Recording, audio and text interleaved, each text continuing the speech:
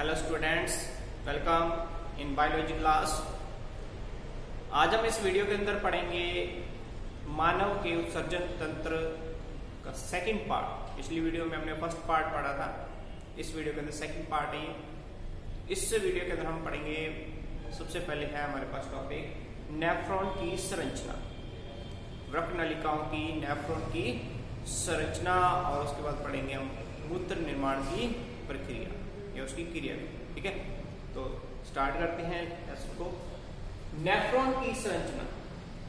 Nephron वृक्क की संरचनात्मक और क्रियात्मक इकाई होती है। नेफ्रॉन वृक्क की संरचनात्मक और क्रियात्मक इकाई होती है। मनुष्य के प्रत्येक वृक्क के अंदर लगभग 10 से 12 लाख नेफ्रॉन जो वो पाए जाते हैं। प्रत्येक वृक्क में 10 से 12 लाख नेफ्रॉन पाए जाते हैं, जो कि मूत्र निर्माण की प्रक्रिया के अंदर काम आते हैं। मूत्र निर्माण की प्रक्रिया इन्हीं नेफ्रॉन के द्वारा ही होती है। एक प्रारूपिक नेफ्रॉन की अगर संरचना हम देखते हैं, जो मनुष्य में पाए जाते हैं, तो उसकी संरचना के अंदर हमारे को इस तरह से 6 भाग दिखाई देते हैं। उसकी संरचना 6 भागों के अंदर विभाजित होती है। उसकी संरचना के हम 6 भाग कर सकते हैं। तो इन भागों को एक एक करके हम पढ़ेंगे। सबसे पहला भाग होता है इसका मेलपिगी काय। ये इसका डायग्राम है, संरचना के हम देख सकते हैं। ये नेफ्रॉन की संरचना है, डायग्राम है। इसमें सबसे पहला भाग है मेलपिगी काय, मेलपिगिन बॉडी। मेलपिगी काय या मेलपिगिन बॉडी जो है, ये 2 संरचनाओं से मिलकर बनी होती है, 2 भागों से मिलकर बनी होती है। एक तो बोमन कैप्सूल और दूसरा ग्लोमेरुलस या केशिका गुच्छ। मेलपिगी काय 2 संरचनाओं से मिलकर बनी है, 2 भागों से मिलकर बनी है, बोमन कैप्सूल या बोमन संपुट और ग्लोमेरुलस या केशिका गुच्छ का है। ठीक है, तो सबसे पहले बात करते हैं बोमन कैप्सूल की। बोमन कैप्सूल ये जो इसका पैलेनुमा भाग है, बोमन कैप्सूल ये इसका पैलेनुमा भाग होता है, इसको बोमन कैप्सूल कहा जाता है, जिसके अंदर जो है ये ग्लोमेरुलस स्थित होता है। तो ग्लोमेरुलस इस बोमन कैप्सूल के अंदर इस तरह से ये जो है ये बोमन कैप्सूल होता है, इसके अंदर ये ग्लोमेरुलस स्थित होता है। ठीक है, ये द्विस्तरीय होता है, महीन झिल्ली का बना होता है, पतली झिल्ली का बना होता है, और द्विस्तरीय होता है। इसकी जो आंतरिक झिल्ली होती है, आंतरिक झिल्ली के अंदर कुछ विशेष प्रकार की कोशिकाएं पाई जाती हैं, जिनको पोडोसाइट्स कहा जाता है।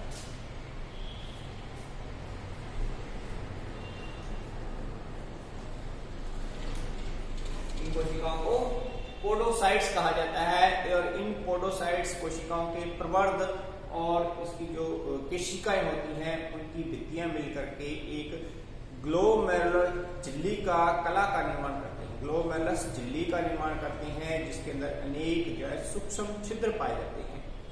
ठीक है, इसकी जो ये पोडोसाइट्स कोशिकाएं हैं और इसमें रुद्र केशिकाएं होती हैं, वो मिलकर के एक मेम्ब्रेन बनाते हैं, ग्लोमेरुलस मेम्ब्रेन बनाते हैं, और उसके छोटे छोटे अनेक जो है सूक्ष्म छिद्र होते हैं, और ये जो है एक फिल्ट्रेशन स्तर का निर्माण करती हैं, एक निस्यंदन स्तर का निर्माण करती है, एक छल्ली का निर्माण करती है, जिससे होकर के इसके अंदर निस्यंद जो वो फिल्ट्रेट हो जाएगा, छन जाएगा। ओके, ये बोमन कैप्सूल है। इसकी जो ये भित्ति होती है वो सल की उपकला की बनी होती है। ठीक है, उसके बाद सेकंड पार्ट है इसका ग्लोमेरुलस या केशिका गुच्छ। ग्लोमेरुलस या केशिका गुच्छ जो है ये रुद्र केशिकाओं का बना होता है, बोमन कैप्सूल के अंदर स्थित होता है। इसका निर्माण जो है अभिवाही जो धमनिका है, अभिवाही धमनिका से होता है। अभिवाही धमनिका ये रुधिर को वृक्क के अंदर लेके आती है, नेफ्रॉन के अंदर लेके आती है, और यहाँ इसके अंदर आने के बाद लगभग 50 शाखाओं के अंदर विभाजित हो जाती है। वो 50 शाखाएं विभाजित होकर के एक गुच्छे का निर्माण करते हैं, उसी गुच्छे को ही ग्लोमेरुलस कहा जाता है। ये ग्लोमेरुलस बाद में फिर ये शाखाएं इकट्ठी होकर के अपवाही धमनिका का निर्माण कर लेती हैं। यहाँ से कोई शाखाएं इकट्ठी होकर के अपवाही धमनिका का निर्माण कर लेती हैं। ओके, जो अपवाही धमनिका है, इसका व्यास अभिवाही धमनिका की तुलना में कम होता है। अभिवाही धमनिका का व्यास ज्यादा होता है और इसका व्यास कम होता है। इस कारण से इसमें ज्यादा रुधिर आता है, जिससे प्रेशर बनता है और इसमें फिल्ट्रेट जो है वो फिल्टर हो जाता है। ठीक है, और यह अपवाही धमनिका आगे चल करके इस नेफ्रॉन की संरचना के ऊपर जो है ये रुधिर केशिकाओं का जाल बनाती है, इसको परिनलिका केशिका जाल कहा जाता है। तो इसके सारे के ऊपर एक जाल बनाती है। ओके, तो ये है इसके ग्लोमेरुलस के बारे में। इसके बाद आगे चले तो इसके आगे जो संरचना है, ये वाला जो बीच वाला भाग है, इसको ग्रीवा कहा जाता है। अगला भाग इसका ग्रीवा। तो ग्रीवा जो होता है ये एक छोटी से भाग होता है जो कि बोमन कैप्सूल से आगे स्टार्ट होता है। तो बोमन कैप्सूल जो आगे ग्रीवा के अंदर स्टार्ट होता है और इस ग्रीवा भाग के अंदर सिलिएटेड एपिथेलियम पाई जाती है, रोमापी उपकला पाई जाती है। ठीक है, उसके बाद आगे ये ग्रीवा जो है ये समीपस्थ कुंडलित नलिका के अंदर खुलती है। अगला भाग है समीपस्थ कुंडलित नलिका, या इसको शॉर्ट में PCT कहा जाता है, कन्वोल्यूटेड ट्यूब्यूल कहा जाता है। तो ये PCT, ये वाले जो भाग है ये कुंडलित भाग है, ये PCT कहलाता है। PCT जो है ये लंबी कुंडलित और मोटी भित्ति वाली जो है नलिका होती है, जो कि सरल घनाकार उपलब्ध की बनी होती है। ये PCT सरल घनाकार उपलब्ध की बनी होती है और इसकी आंतरिक सतह पर जो है छोटे छोटे सूक्ष्मांकुर पाए जाते हैं, जो मिलकर के पृष्ठ बॉर्डर का निर्माण करते हैं। यानी पृष्ठ बॉर्डर इस तरह से छोटे छोटे सूक्ष्मांकुर होते हैं इसके अंदर। ठीक है, माइक्रो इसके अंदर विलाई होते हैं जो कि पृष्ठ बॉर्डर का निर्माण करते हैं, जिसके कारण इसकी आंतरिक जो सतह क्षेत्रफल है वो काफी ज्यादा बढ़ जाता है। जिसका सतह क्षेत्रफल जब वो काफी ज्यादा बढ़ जाता है और इसकी कोशिकाओं के अंदर माइटोकॉन्ड्रिया की संख्या भी बहुत अधिक होती है, क्योंकि जब इसमें अवशोषण की प्रक्रिया होती है तो सक्रिय अवशोषण होता है, फिल्ट्रेट का सक्रिय अवशोषण होता है। तो सक्रिय अवशोषण होने के लिए जो है ऊर्जा की आवश्यकता होती है, इसलिए इस भाग के अंदर जो है इसकी कोशिकाओं के अंदर माइटोकॉन्ड्रिया की संख्या भी काफी ज्यादा होती है। ठीक है, और जो भी यहाँ पर फिल्टर होता है, उस फिल्ट्रेट का लगभग जो है 2/3 भाग जो है 2/3 पार्ट जो है वो फिल्ट्रेट का यही PCT के अंदर ही वापस से अवशोषित कर लिया जाता है। इसलिए यहाँ पर पृष्ठ बॉर्डर जो है उसका उपयोग होता है, पृष्ठ बॉर्डर जो है वो काम आता है। ठीक है, उसके बाद ये जो समीपस्थ कुंडलित नलिका है ये आगे एक U आकार की संरचना के अंदर खुलती है, जिसको क्या कहते हैं, हेनले का लूप कहा जाता है। जिसका अगला पार्ट है हेनले का लूप। तो हेनले का लूप जो है समीपस्थ कुंडलित नलिका जो है आगे की ओर एक U आकार की संरचना में खुलती है, एक पतली नलिका के अंदर खुलती है, जिसको हेनले का लूप कहा जाता है। हेनले का लूप जो है ये U आकार का होता है और ये दो नलिकाओं से मिलकर बना होता है। इसको दो भागों के अंदर हम बांट सकते हैं। एक तो ये नीचे की ओर नलिका जा रही है जिसको अवरोही भुजा कहा जाता है, और एक ऊपर की ओर नलिका जा रही है जिसको आरोही भुजा कहा जाता है। यानी हेनले के लूप के हम दो भाग कर सकते हैं, एक अवरोही भुजा और दूसरी आरोही भुजा। अवरोही भुजा जो होती है ये समीपस्थ कुंडलित नलिका से शुरू होती है और ये नीचे की ओर जाती है। ठीक है, और ये अवरोही भुजा होती है ये सरल शल्की उपकला उत्तक की बनी होती है। इसकी कोशिकाएं जो है वो सरल शल्की उपकला उत्तक की बनी होती है। उसके बाद जो आरोही भुजा है, अवरोही भुजा के आरोही भुजा के अंदर खुलती है, और आरोही भुजा जो होती है ये सरल घनाकार उपकला उत्तक की बनी हुई होती है। इसकी कोशिकाएं जो है वो बड़े बड़े आकार की होती है, सरल घनाकार उपकला उत्तक की बनी होती है। और ये आगे जो है आरोही भुजा आगे जो है दूरस्थ कुंडलित नलिका के अंदर खुलती है। ठीक है, तो आगे दूरस्थ कुंडलित नलिका खुलती है। ऐसे इसके आरोही भुजा के दो भाग होते हैं, एक तो ये पतली नलिका वाली आरोही भुजा होती है और एक आगे मोटी जो चौड़ी भुजा वाली आरोही भुजा होती है। ठीक है, चौड़ी और पतली, इसमें दो भाग होते हैं। ठीक है, उसके बाद ये आगे DCT स्टार्ट होती है, दूरस्थ कुंडलित नलिका, इसको शॉर्ट में DCT डिस्टल कन्वोल्यूटेड ट्यूब्यूल कहा जाता है। ठीक है, तो दूरस्थ कुंडलित नलिका आगे अगला भाग होता है। तो अगला पार्ट है दूरस्थ कुंडलित नलिका। दूरस्थ कुंडलित नलिका ये भी मोटी भित्ति वाली और कुंडलित नलिका होती है, लंबी नलिका होती है। ये भी PCT के जैसी ही होती है। इसकी कोशिकाएं भी जो है सरल घनाकार उपकला उत्तक की बनी हुई होती है। इसकी कोशिकाएं भी सरल घनाकार उपला उत्तक की बनी होती हैं, लेकिन उनके अंदर ब्रश बॉर्डर नहीं पाए जाते हैं, सूक्ष्म अंकुर नहीं पाए जाते हैं। ये सिंपल होती है, ब्रश बॉर्डर से क्या पीसीटी के अंदर ही पाए जाते हैं। ये दूरस्थ कुंडली नलिका जो है आगे जो है संग्रह नलिका के अंदर खुलती है। तो अगला इसका पार्ट है संग्रह नलिका, लास्ट पार्ट है संरचना का संग्रह नलिका। संग्रह नलिका क्या होती है? जो दूरस्थ कुंडली नलिका है, वृक्क की दूरस्थ कुंडली नलिका, ये सभी दूरस्थ कुंडली नलिकाएं ये जाकर के संग्रह नलिका के अंदर खुल जाती है। संग्रह नलिका जो है वो मूत्र को एकत्रित करती हैं और कई जो संग्रह नलिका होती हैं वो आपस में मिलकर के एक बड़ी संग्रह नलिका बना लेते हैं, जिसको बेलिनाई की डक्ट कहा जाता है, बेलिनाई की वाहिनी कहा जाता है, डक्ट ऑफ बेलिनाई कहा जाता है।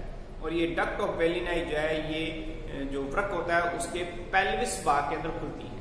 हमने वृक्क की संरचना देखी थी, जो उसमें जो मूत्र नलिका होती है, मूत्र नलिका का जो समीपस्थ चौड़ा भाग होता है, जो वृक्क के पास होता है, कीपाकार भाग होता है, जिसको पेल्विस कहा जाता है, उसके अंदर ये खुलती है। ठीक है, तो इस तरह से ये जो है नेफ्रॉन की कंप्लीट स्ट्रक्चर है।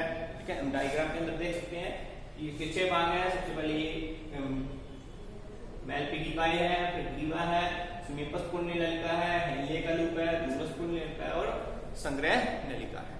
ठीक है, तो ये है इसकी संरचना। ओके, तो इसके बाद आगे हम देख रहे हैं कि मूत्र निर्माण किस तरह से होता है। इसलिए हम जानते हैं कि ये नेफ्रॉन गैस वृक्क की क्रियात्मक और संरचनात्मक इकाई है, इसी के अंदर ही मूत्र निर्माण की प्रक्रिया होती है। तो मूत्र निर्माण इसके अंदर किस तरह से होते हैं उसको आगे हम देखते हैं। ओके, तो आगे है हमारे पास में मूत्र निर्माण की क्रियाविधि।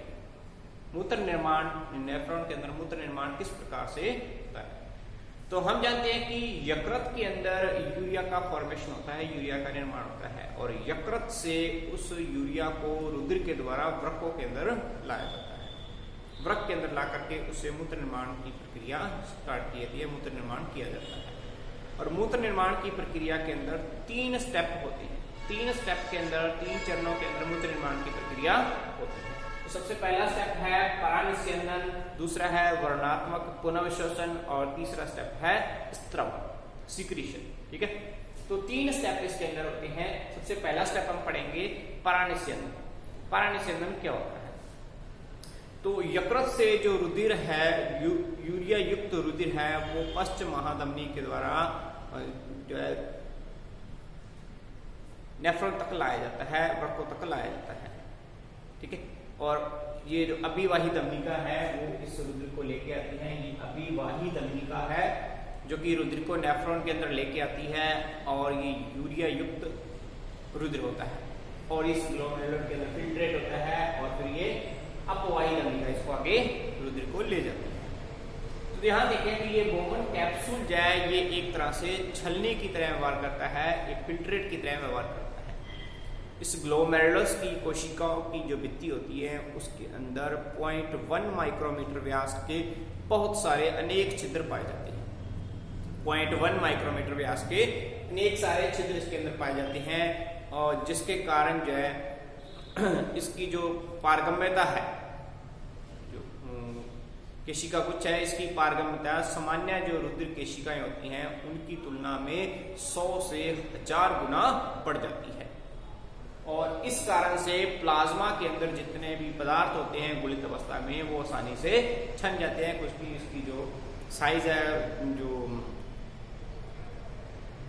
छिद्रों का जो साइज है वो थोड़ा सा बड़ा होता है। इस कारण से प्लाज्मा के अंदर घुले हुए सारे पदार्थ जो है वो इसमें से फिल्टर हो सकते हैं। ठीक है, तो देखिए, तो ये अभिवाही धमनिका जो इसमें रुधिर लेके आ रही है, इस अभिवाही धमनिका का व्यास अपवाही धमनिका जो कि रुधिर से ग्लोमेरुलस से वापस लेके जा रही है उसकी तुलना में अधिक होता है। अभिवाही का व्यास अधिक है, अपवाही का व्यास कम है। इस कारण से रुधिर ज्यादा मात्रा के अंदर आता है और आगे कम निकलता है। आगे कम निकलेगा तो इस ग्लोमेरुलस के अंदर जो है एक दाब उत्पन्न हो जाता है, एक प्रेशर उत्पन्न हो जाता है। उस दाब के कारण जो है ये ग्लोमेरुलस के अंदर जो द्रव होता है, जो रुधिर होता है वो फिल्टर होता है। ठीक है, और फिल्टर होकर के बोमन कैप्सूल के अंदर आता है। तो इस व्यास में अंतर के कारण जो दाब उत्पन्न होता है, जिसके कारण ये फिल्टर होता है, उस दाब को ग्लोमेरुलस हाइड्रोस्टैटिक दाब कहा जाता है। अभिवाही दंडिका का व्यास ज्यादा होने के कारण, अपवाही का व्यास कम होने के कारण जो दाब उत्पन्न होता है, उस दाब को हाइड्रोस्टैटिक ग्लोमेरुलस हाइड्रोस्टैटिक प्रेशर कहा जाता है, GHP कहा जाता है, जिसका मान जो है 70 mm of Hg होता है, 70 mm of Hg होता है। ओके, अब इस जो द्रव होता है, रुधिर होता है, इसके अंदर कुछ ऐसे भी पदार्थ होते हैं जो कि आकार के अंदर कुछ बड़े होते हैं, जैसे रुधिर केशिकाएं, रुधिर कणिकाएं और रुधिर जो प्रोटीन है या फिर रुधिर के अंदर जो कोलाइडी पदार्थ होते हैं, उनका आकार कुछ बड़ा होता है, तो वो इन छिद्रों के अंदर फंस सकते हैं, इन छिद्रों को बंद कर सकते हैं, जो कि फिल्ट्रेशन की प्रक्रिया को रोकते हैं, बाधित करते हैं, यानी एक तरह से एक नेगेटिव दाब उत्पन्न करते हैं। तो रुधिर के अंदर इन कोलाइडी पदार्थों के, रुधिर कणिकाओं के कारण या प्रोटीन के कारण जो है एक नेगेटिव दाब उत्पन्न होता है, जो कि छन्ने की प्रक्रिया का विरोध करता है, फिल्ट्रेशन की प्रक्रिया का विरोध करता है, और उस दाब को रक्त कोलाइडी प्रासरणी दाब कहा जाता है। रक्त कोलाइडी प्रासरण दाब कहा जाता है, ब्लड कोलाइडल ऑस्मोटिक प्रेशर कहा जाता है, BCOP कहा जाता है। ये एक नेगेटिव दाब होता है जो कि रुधिर के फिल्ट्रेशन की प्रक्रिया का विरोध करता है। ठीक है, इसका मान लगभग 30 mm of Hg होता है। ठीक है, तो ये नेगेटिव दाब है, जो GHP है ये पॉजिटिव दाब है, GHP इसको फिल्ट्रेट करेगा, जबकि BCOP इसको रोकेगा। इसके अलावा जो है एक दाब और होता है जो कि फिल्ट्रेशन की प्रक्रिया का विरोध करता है। बोमन कैप्सूल की गुहा के अंदर जो फिल्ट्रेट आ गया है, जो फिल्टर होकर आ गया है, जो द्रव इसके अंदर आ गया है, प्लाज्मा इसके अंदर आ गया है, वो आगे धीरे धीरे जाता है। अभी यहीं पर भरा हुआ है, वो आगे धीरे धीरे जाता है। तो यहाँ पर जो भरा हुआ द्रव है वो और आने वाले फिल्ट्रेट को और आने वाले द्रव को भी रोकता है, उस पर भी एक दाब लगाता है कि वो और फिल्टर ना आए, क्योंकि यहाँ आगे धीरे धीरे जा रहा है, तो वहां से अगर तेजी से आ रहा है तो वो उसके विरोध करेगा। ठीक है, तो इसलिए यहाँ पर जो दाब उत्पन्न होता है, जो उस द्रव के दाब होता है, उसको कहते हैं संपुटीय द्रव स्थैतिक दाब कहते हैं, कैप्सुलर हाइड्रोस्टैटिक प्रेशर कहा जाता है, CHP कहा जाता है, जिसका मान जो है 20 mm of Hg होता है। ठीक है, तो ये 20 mm of Hg, CHP ये भी नेगेटिव दाब है, BCOP ये भी 30 mm of Hg ये भी नेगेटिव दाब है, ये पॉजिटिव दाब है। तो जो शुद्ध जो प्रभावी निस्यंदन दाब होता है वो क्या हो गया कि GHP minus BCOP minus CHP, यानी इसमें से ये दोनों माइनस कर देंगे तो हमारे पास जो दाब बच जाएगा वो शुद्ध प्रभावी निस्यंदन दाब बच जाता है। तो इसको माइनस करने के बाद जो दाब बचा है वो 20 mm of Hg दाब होता है, और इस दाब से ये फिल्ट्रेट रुधिर जो है ये फिल्टर होता है और फिल्टर होकर के बोमन कैप्सूल की गुहा के अंदर आता है। तो बोमन कैप्सूल की गुहा के अंदर जो प्लाज्मा छन करके आ जाता है उसको ग्लोमेरुलस निस्यंदन कहा जाता है। बोमन कैप्सूल की गुहा के अंदर जो फिल्टर होकर के आ जाता है, जो प्लाज्मा फिल्टर होकर के आ जाता है, उसको ग्लोमेरुलस फिल्ट्रेट कहा जाता है। ओके, तो केशिका गुच्छ से, इस केशिका गुच्छ से जो उत्सर्जी पदार्थ हैं या साथ में कुछ अन्य उपयोगी पदार्थ भी छन जाते हैं, इनके छनने की प्रक्रिया, छन करके बोमन कैप्सूल में आने की जो प्रक्रिया है, इस प्रक्रिया को परानिस्यंदन कहा जाता है। ओके, समझे?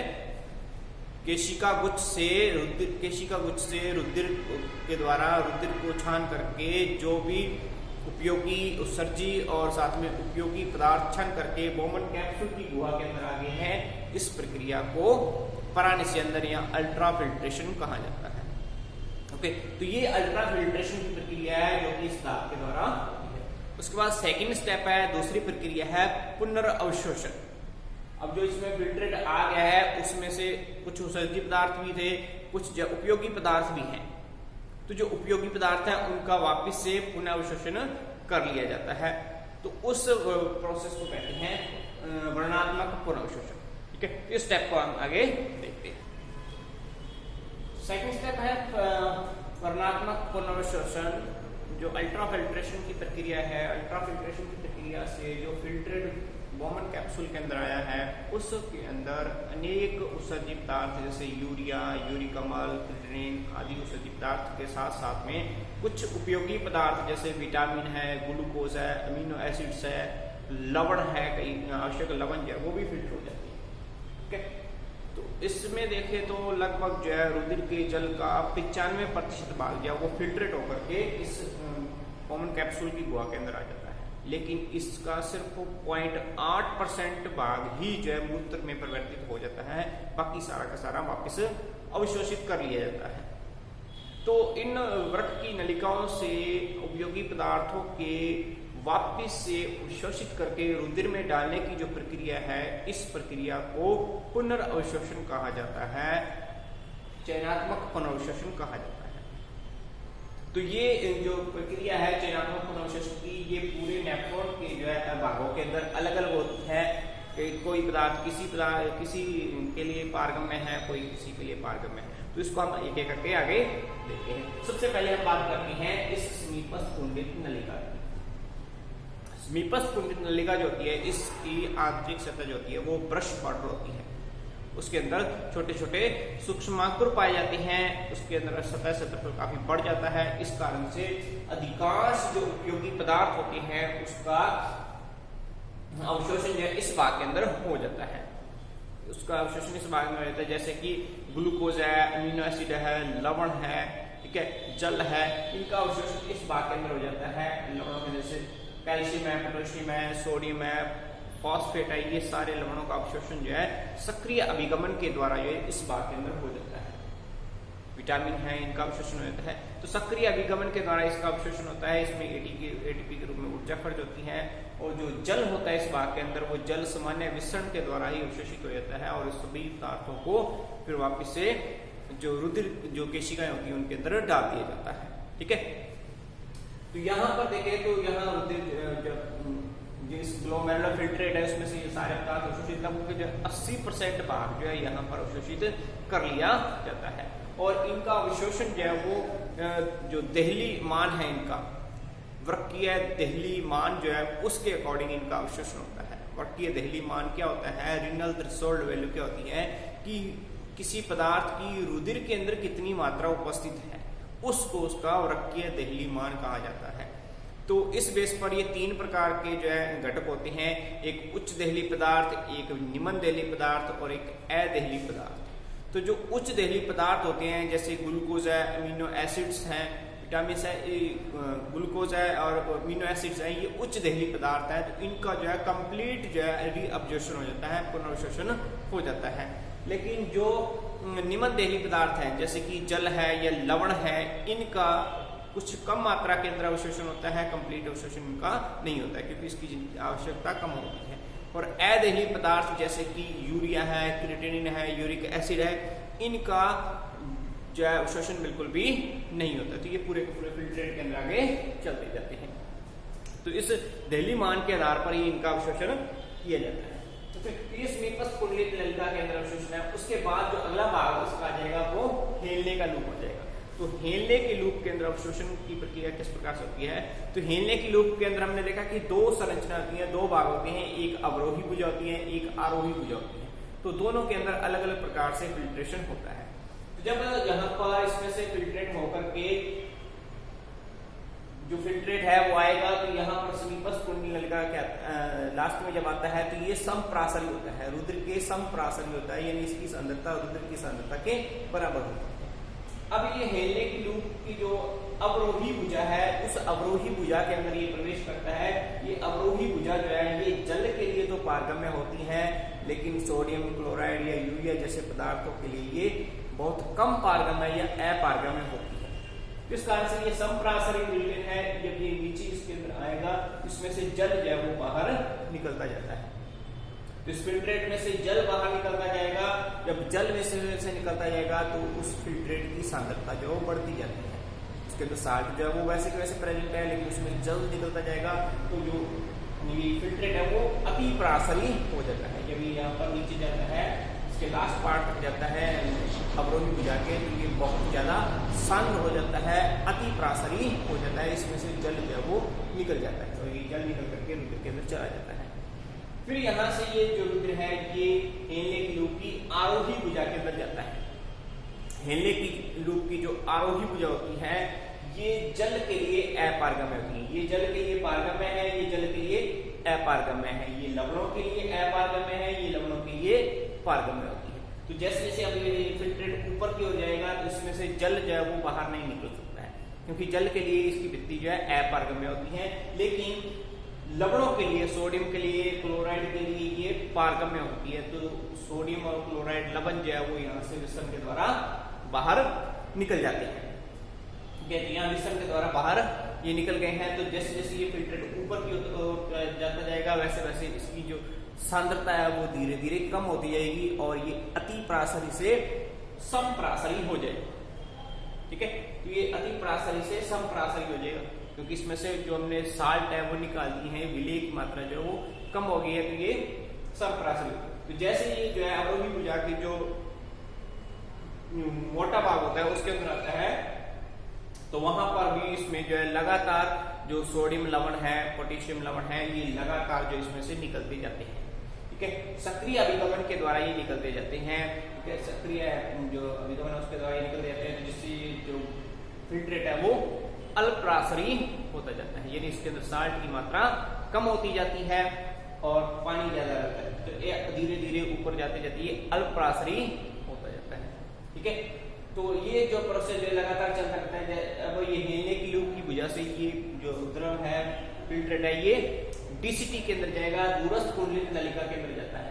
तो दूरस्थ कुंडलित नलिका के अंदर भी पुनर्वशोषण की प्रक्रिया चलती रहती है, सोडियम और जो क्लोराइड है इनके पुनर्वशोषण की प्रक्रिया चलती जाती है, तो इनका लगातार अवशोषण होता रहता है। और इस भाग के अंदर जल का भी अवशोषण होता है। जल का लगभग जो है 19%, 19% जो है वो अवशोषण हो जाता है, और यहाँ पर जाकर के ये जो फिल्ट्रेट है वो समप्रासरी हो जाता है, रुद्र के समप्रासरी हो जाता है। ठीक है, यहाँ अल्परासरी यहाँ समप्रासरी हो जाता है, क्योंकि इसमें से पानी भी निकल जाता है। अब ये फिल्ट्रेट जो है वो कहा जाएगा संग्रह नलिका के अंदर जाता है। जब ये संग्रह नलिका के अंदर जाता है तो संग्रह नलिका को जो समीपस्थ भाग होता है वो जल के लिए पारगम्य होता है। ओके, तो यहाँ पर जल के लिए पारगम्य है, तो इसमें से जल जो है वो अवशोषित कर लिया जाता है, जल जो इसमें से बाहर निकल जाता है, और जैसे जैसे ये फिल्ट्रेट इसके अंदर जाएगा तो ये अति प्रासरी होना शुरू हो जाता है। ठीक है, तो इस तरह से इसको बहुत ज्यादा कंसंट्रेट कर देते हैं, इसमें से जल को अवशोषित कर लेते हैं। तो जितना जल चाहिए होता है उस जल को अवशोषित कर लिया जाता है जरूरत के हिसाब से। तो ये संग्रह नलिका के अंदर भी इसमें से जल अवशोषित कर लेते हैं, डीसीटी में भी जल अवशोषित होता है और संग्रह नलिका के अंदर भी जल अवशोषित करके अति सांद्र जो मूत्र है वो बन जाता है। तो यहाँ पर जो द्रव आ गया है उसको मूत्र कहा जाता है, और ये आगे संग्रह नलिका के द्वारा इकट्ठा होकर के जो है मूत्राशय के अंदर चला जाएगा, किडनी से होते हुए मूत्राशय के अंदर चलेगा। तो ये है इसकी सेकंड स्टेप, पुनर्अवशोषण की जो आवश्यक पदार्थ है, जो सर्जी पदार्थों के साथ साथ में फिल्ट्रेट हो गए से उनके वापस से अवशोषित करके रुद्र में डालने की प्रक्रिया जो है उसको वर्णात्मक पुनर्अवशोषण कहा जाता है। उसके बाद लास्ट स्टेप है इसका, तीसरा स्टेप, जिसको कहा जाता है स्त्रवण। अब कुछ ऐसे पदार्थ होते हैं जो फिल्ट्रेट नहीं हुए हैं, उनको वापस से इस फिल्ट्रेट के अंदर डालना जाता है, उस प्रक्रिया को स्त्रवण कहा जाता है। तो लास्ट इसका स्टेप स्त्रवण जो होता है, इसके अंदर क्या होता है कि जो ग्लोमेरुलस होता है, इसकी कोशिकाएं होती हैं, उसके अंदर कुछ सर्जी पदार्थ जो होते हैं जो हानिकारक होते हैं, जैसे कि पिगमेंट्स हैं या फिर जो प्यूरिक एसिड है, यूरिक एसिड है, ठीक है, तो ये औषधियाँ होती हैं, ये फिल्टर नहीं हो पाती हैं, ठीक है, लेकिन शरीर के लिए हानिकारक है, तो इनको जो सर्जित करना है तो ये यहाँ पर फिल्टर ना होकर के इनको जो रुधिर कोशिका यहाँ पर आकर के समीपस्थ कुंडली नलिका, दूरस्थ कुंडली नलिका, ये हेलने की लूप की जो कोशिकाएं होती हैं, ये कोशिकाएं सक्रिय अभिगमन के द्वारा जो है इन पदार्थों को इनकी गुहा के अंदर डाल देती है। समीपस्थ कुंडली नलिका या दूरस्थ कुंडली नलिका या हेलने की लूप की गुहा के अंदर डाल दिया जाता है, उसके अंदर इसको स्त्रवित कर दिया जाता है, जिससे कि ये आगे मूत्र के द्वारा बाहर निकल जाता है। इस तरह से गुहा के अंदर डालने की जो प्रक्रिया है उसको स्त्रवण कहा जाता है। ठीक है, तो इस तरह से ये सारे स्टेप होने के बाद जो तरल बनता है संग्रह नलिका के अंदर उसको मूत्र कहा जाता है। ये है मूत्र निर्माण की